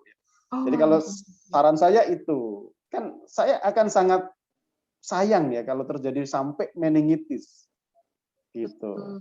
Dokter. Iya, itu bisa terjadi bukan hanya meningitis ya, bahkan bisa terjadi kelainan otak, ini yang jadi masalah kan. Kalau radang selaput otak. Jadi makanya secara keilmuan yang menjadi indikasi Khitan itu adalah phimosis, bukan phimosis dengan nefritis. Phimosis yang sudah menjadi miokarditis bahkan meningitis itu sudah terlambat. Jadi jadi indikasi Khitan salah satunya phimosis titik gitu. Bukan phimosis yang sudah terjadi meningitis. Nah, bedakan. Oke, satu itu ya. Yang kedua terkait dengan ADS ya, dengan PJB, penyakit jantung bawaan. Memang PJB kan macam-macam ya, ada ventricle septum defect, ada atrium septum defect, ada PDA. Biasanya anak-anak dengan semacam ini akan dapat obat, ya, obat-obat rutin. Bahkan tapi ada juga yang sudah membaik tanpa obat. Nah, yang menjadi permasalahan apakah boleh dihitam? Yang tadi. Karena salah satunya obat adalah pengencer darah. Ya, ini jadi yang saya berpikir kan ada resiko terjadi nanti perdarahan.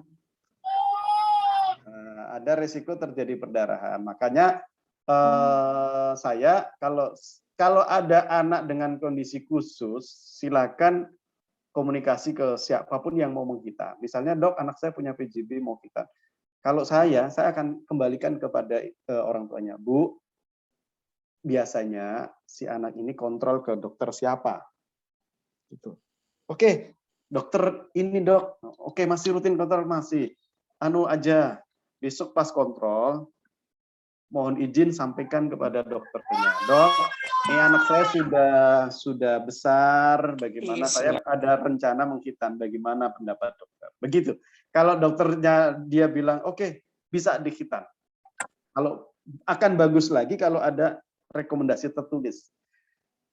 Jadi anak ini PJB silakan boleh dihitan oleh dokter. Nah, saya akan senang. Tapi kalau tidak ada, kalau dokter yang merawat selama ini tidak boleh dihitan dulu karena ada risiko ini, ya saya tidak berani. Gitu Bu Ersi Oktavia. Baik, terima kasih Dokter Ahmad, terima kasih Ibu-ibu, terima kasih. Matur nuwun. Wassalamualaikum warahmatullahi wabarakatuh. Waalaikumsalam warahmatullahi wabarakatuh. Oke, baik. Pertanyaan selanjutnya dari Mama Hanan. Dok, bagaimana dengan anak dengan kondisi kriptorkismus? Ya benar kayaknya ya, Dok ya. Boleh hitan dulu atau harus operasi untuk penanganan kriptorkismusnya dulu?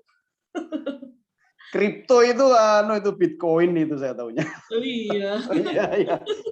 Jadi itu namanya nama lainnya adalah UDT, Undescensus Testis ya. Jadi begini, pada satu kondisi anak masih kecil, bahkan anak bayi, itu testisnya masih di perut ya. Jadi testisnya itu masih di atas, belum turun. Ya, itu namanya UDT atau kriptorkismus itu tadi ya, bukan kripto Bitcoin ya. Nah, apakah itu dihitan apa enggak? Kalau kita bedakan ya, itu beda masalah ya.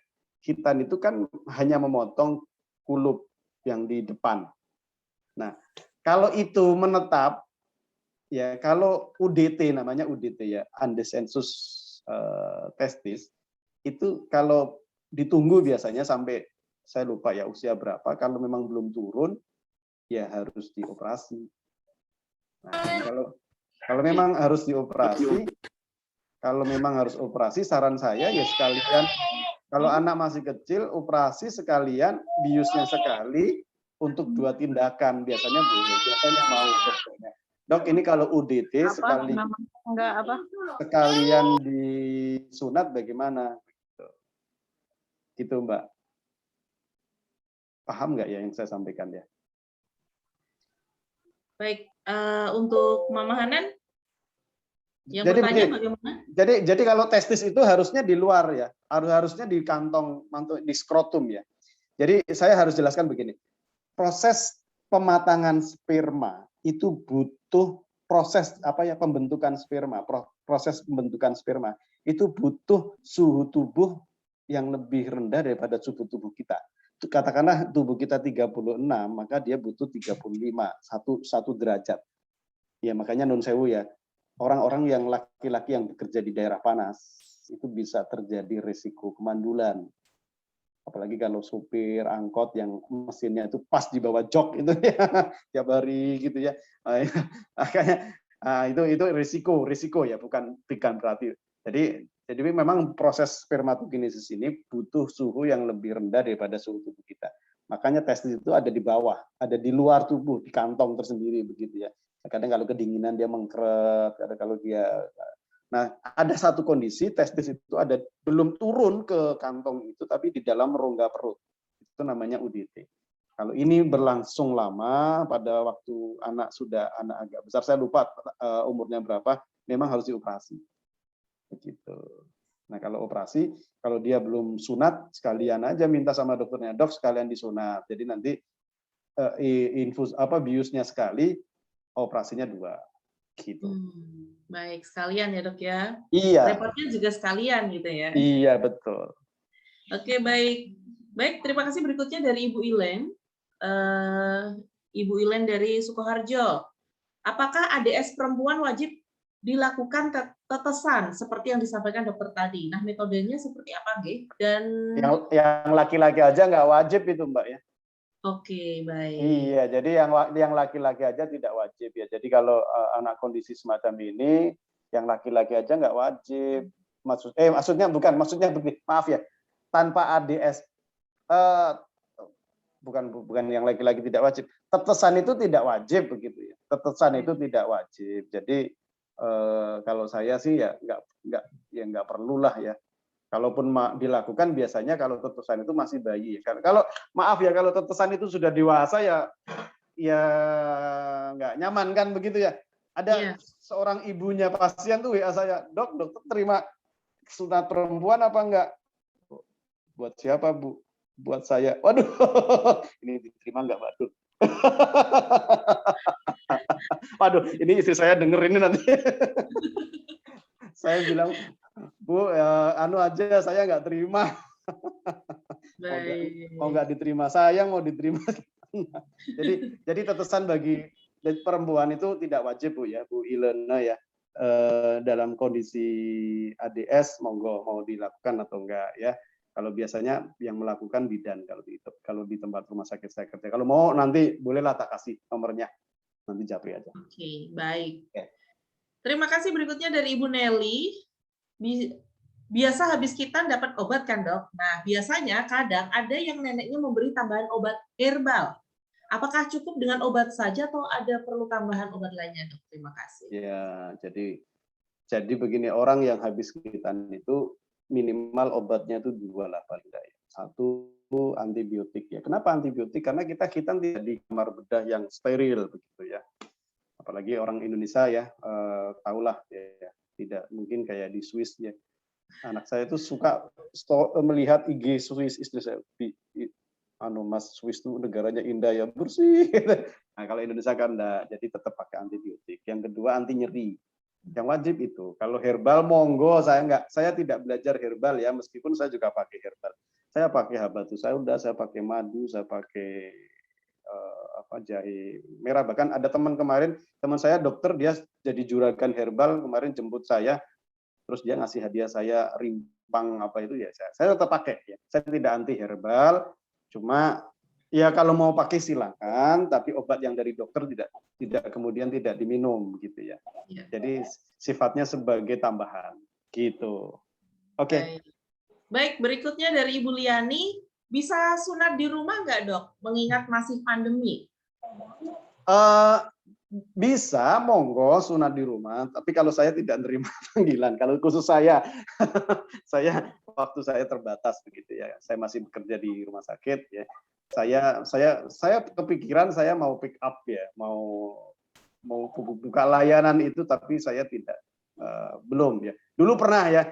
Jadi pengalaman saya, karena saya punya pengalaman kalau sunat panggilan itu ada aja yang ketinggalan gitu ya. Udah malam udah disiapin, begitu datang, loh ini alat satu kurang. Jadi kalau untuk pandemi begini, saya atur pasien saya. Jadi terkait dengan pelayanan khitan di rumah saya atur.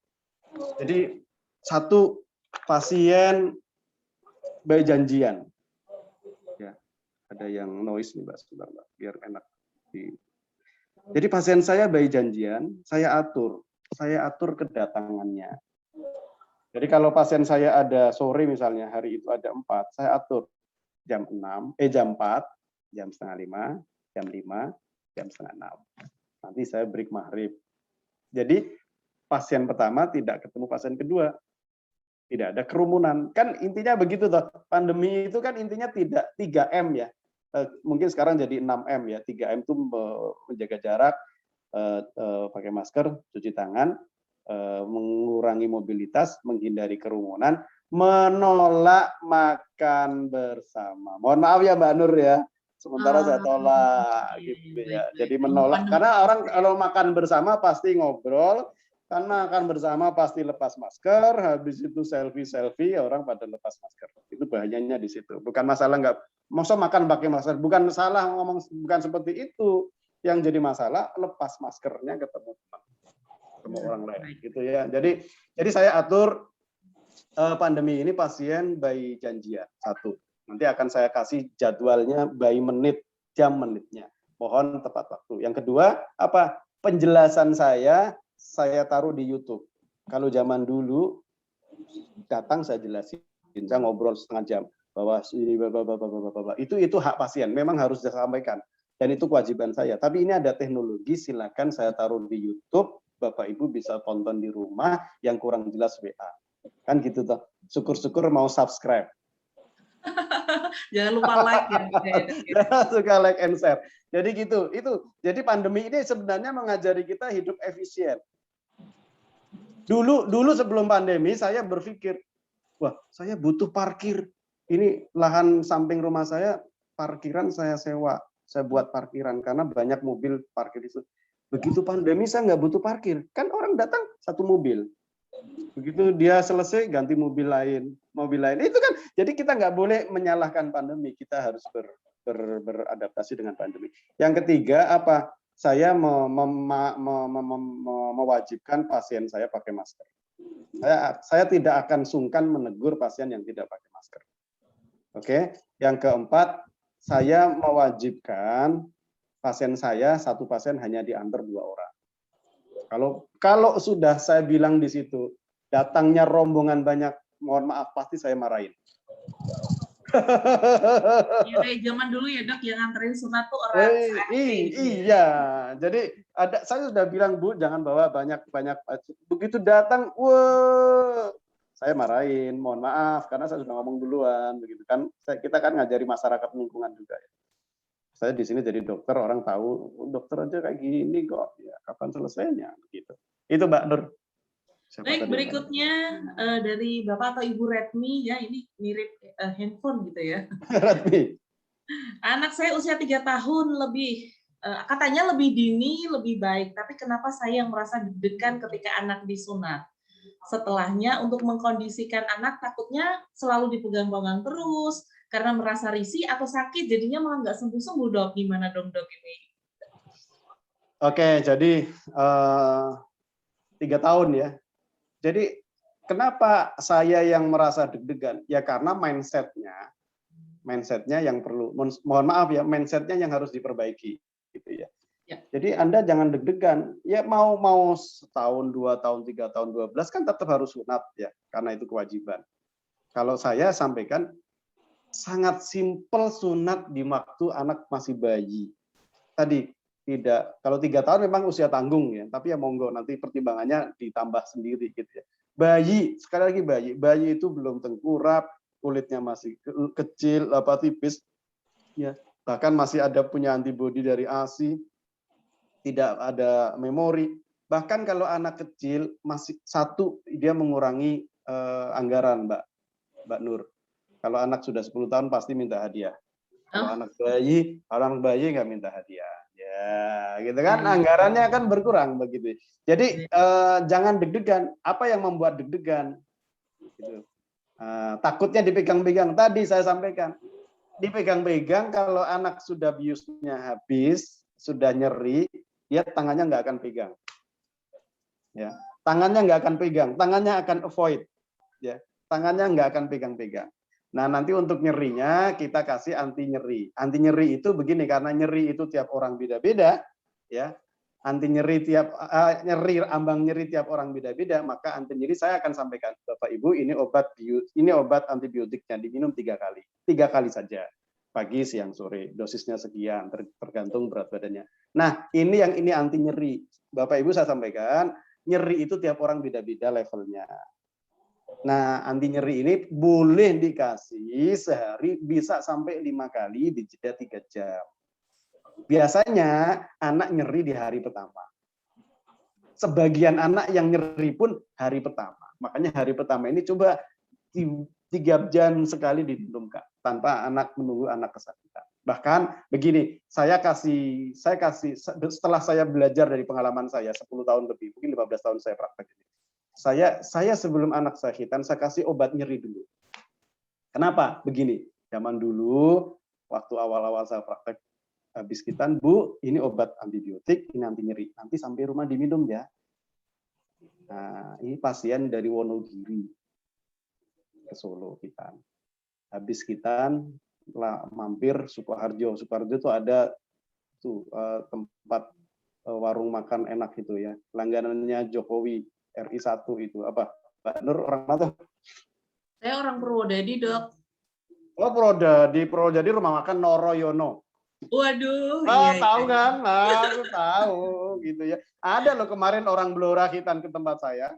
Orang-orang gitu ya. Jadi kembali ke tadi, ada warung makan di Sukoharjo itu langganannya Jokowi ya, namanya ayam bakar Mbah Karto apa siapa tuh.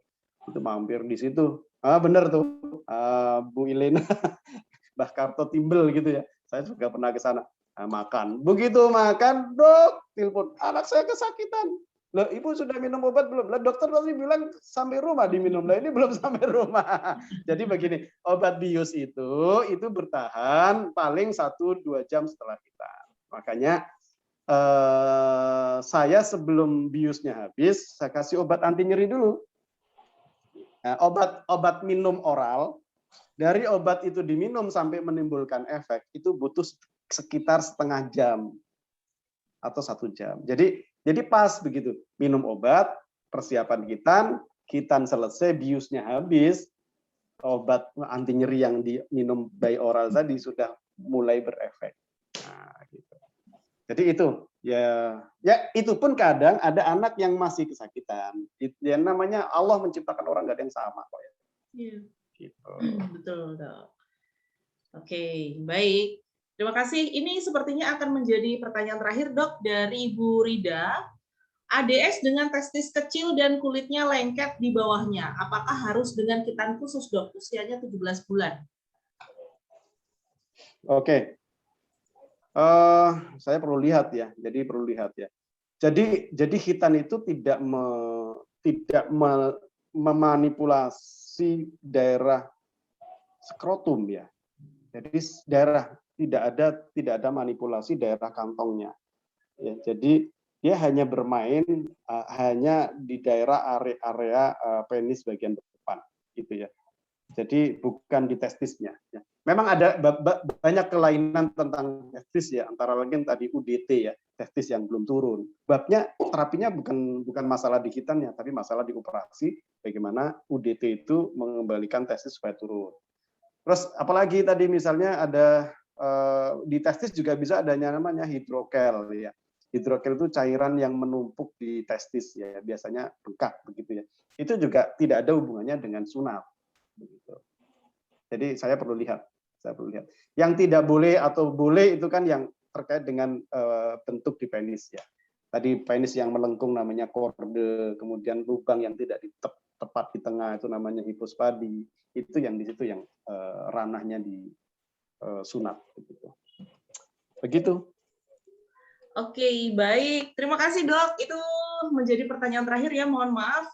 Nah, nanti bagi ayah bunda yang ketinggalan, materi akan di-share di grup. Jadi jangan khawatir, dan pertemuan kita kali ini juga direkam. Jadi ayah bunda bisa menyimak kembali jika masih ada sesuatu yang kurang jelas gitu ya, Dok ya. Atau langsung WA Dr. Ahmad aja deh. Tuh. Baik.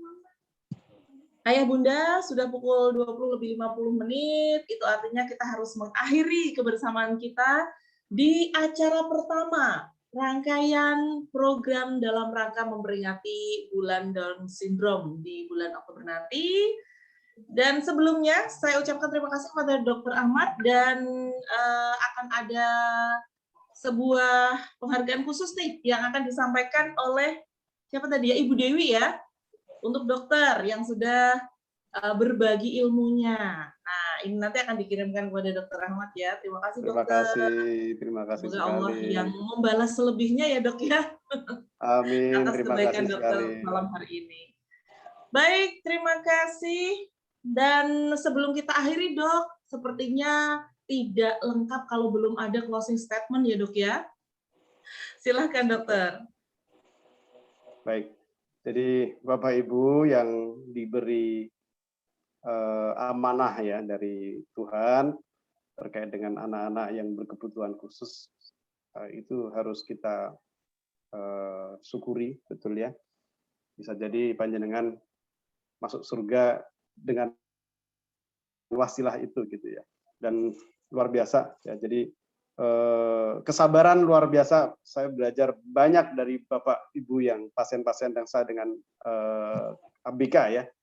Saya yang punya anak 4 aja kadang wah, anak yang tidak khusus aja kayak gitu, apalagi panjenengan yang mempunyai anugerah dengan kekhususan seperti itu.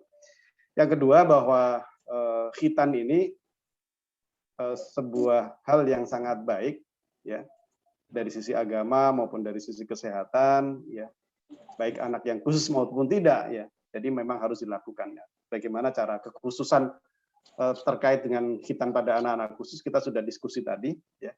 Jadi kemungkinan besar anak tidak kooperatif, jadi harus dipegang ya, memang harus dipegang. Makanya kesepakatan orang tua menjadi satu hal yang sangat penting begitu.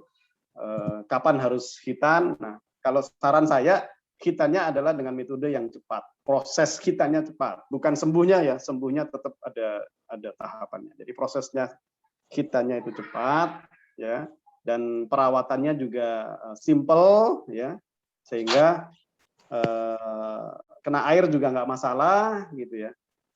Sehingga tidak merepotkan waktu perawatan pasca khitan. Mungkin itu yang bisa sampaikan Mbak Uning ya, Bapak Ibu sekalian. Mohon maaf apabila ada yang tidak berkenan ya. Saya membuka korespondensi lebih lanjut, silakan di kanal-kanal yang saya punya. Masalah hitam. Oke, demikian Mbak Nur, silakan. Baik, terima kasih Dok. Satu permintaan terakhir ya Dok ya. Kita foto dulu ya Dok. Dan untuk ayah bunda jangan kemana-mana dulu karena ternyata panitia sudah menyiapkan hadiah untuk 3 orang penanya terbaik malam hari ini. Nanti akan di-share oleh Ibu Dewi, tapi sebelumnya bagi yang bisa open kamera, silakan open kamera. Kita akan berfoto bersama sebagai kenang-kenangan. Foto akan diambil oleh saya. Baik, monggo saya beri waktu untuk yang mungkin harus lari dulu ambil jilbab gitu ya. Ada ininya nggak, Potat?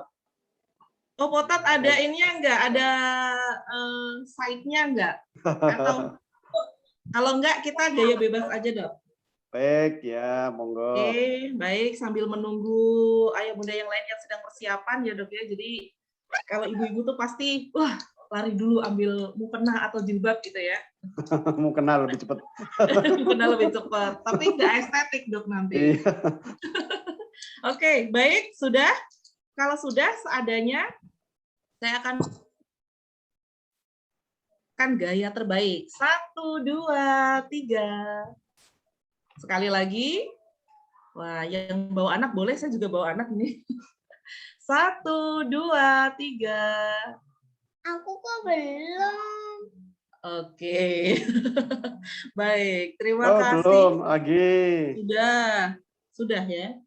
Lagi. Oh, lagi ya Allah, maaf ya. 1, 2, 3. Oke, baik, terima kasih. Nah, berikutnya adalah pengumuman pemenang. Yang dipilih oleh panitia, 3 orang akan diumumkan sebagai penanya terbaik. Dari Bapak Radit, Ibu Rida, dan Ibu Ersilia. Silakan nanti langsung menghubungi Bunda Lulu, nomornya tertera, atau mungkin di grup ya, ada ya, bisa saling kontak gitu. Oke, selamat kepada para pemenang. Yang lain mungkin bisa mencoba lagi di acara yang lain gitu ya. Saya juga tadi terhitung mendadak gitu, tahu, oh ternyata ada hadiahnya. Oke, baik. Kalau begitu, saya harus menghantarkan Dr. Ahmad kembali bersama dengan keluarga ya Dok ya. Terima kasih waktunya yang disediakan untuk kami semua, memberikan wawasan lebih. Akhirnya meskipun saya juga tidak punya anak laki-laki, tapi akhirnya saya jadi tahu gitu seluk-beluk kita tuh seperti apa. Terima kasih Dok. Saya ucapkan terima kasih juga kepada panitia yang sudah menyelenggarakan dari PIK Potats Jawa Tengah. Semoga sukses selalu dengan event-event berikutnya hingga ke puncak acara. Saya mewakili panitia, mohon undur diri. Mohon maaf bila ada kesalahan. Assalamualaikum warahmatullahi wabarakatuh. Waalaikumsalam warahmatullahi wabarakatuh. Ya, terima kasih.